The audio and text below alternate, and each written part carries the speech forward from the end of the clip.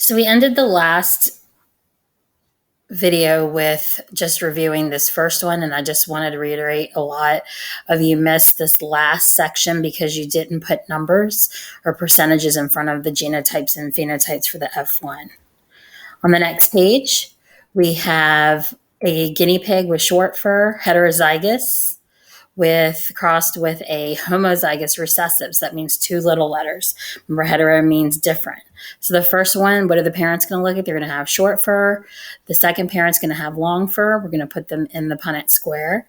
And this is what we get. You're going to bring one down and one across. It's really important that you're bringing one down and one across. When we look at what the possibilities are for the offspring, the F1 genotype and phenotype, again, you need to have numbers or percentages in front of them. You could either say 2 out of 4 or 50% of each of these, or put a 2 in front of them. And same thing with the short fur and the long fur. You actually have to say what they are, not just dominant and recessive. In the last example, we were looking at eye color in mice, and we have 2 heterozygous individuals. So if they're both heterozygous, we know that they both are going to have the same genotype. That means they're also both going to have the same phenotype. For some reason, a lot of you for the second one put a different phenotype, and that's not correct. Big B, little b will be black in this case, no matter how many times you write it. We're then going to move one parent across the top, one parent across the side, and then we're going to work our Punnett square. And our final result, again, we have one of these, 2 of these, 1 of these. So notice that I have that number in front of each one. Unlike in math where they tell you not to put a 1 in front of it, you do need to put a 1 here and say you have 1 big B, or you can say 25% to 50 to 25.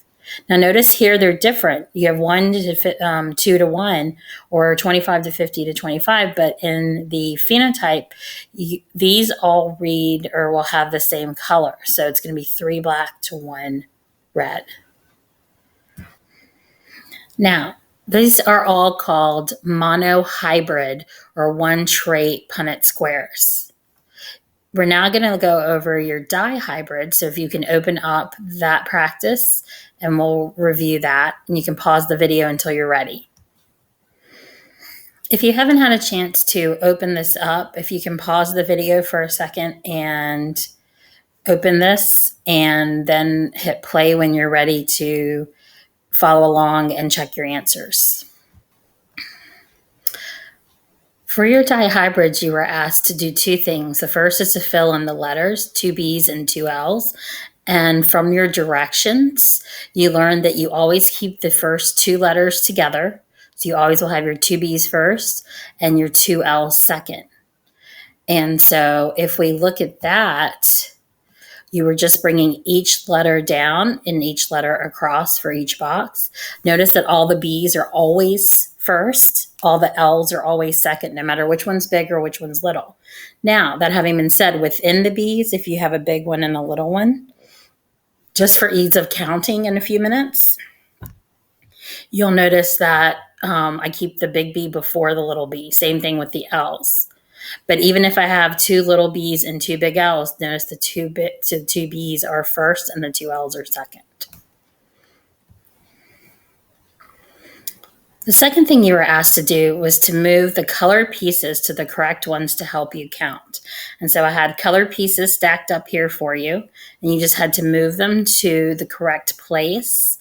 And you actually had 2 ways of doing this. You could read the genotype to find black and short, so at least 1 big B and at least 1 big L. Or you could actually use the pictures that were provided for you from this example. So either one would tell you that this one right here would be black and short. This one is black and short. This one is black and short. And basically, when you put all of your little colored pieces up, you should have found 9 that were black and short.